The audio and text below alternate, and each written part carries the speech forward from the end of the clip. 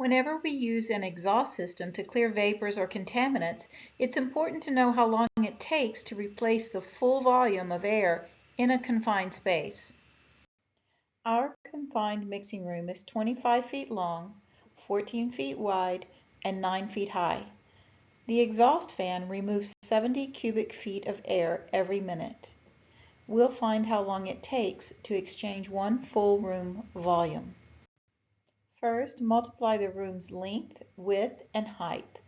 That gives a total air volume of 3,150 cubic feet.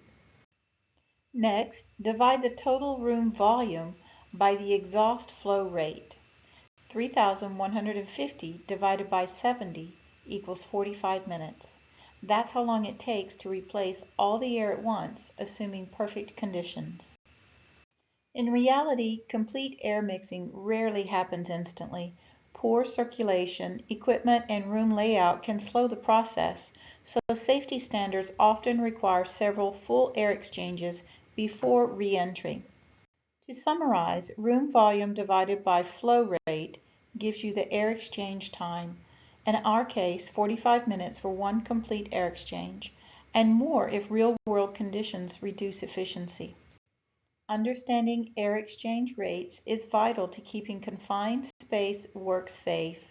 Stay safe and always calculate before you ventilate.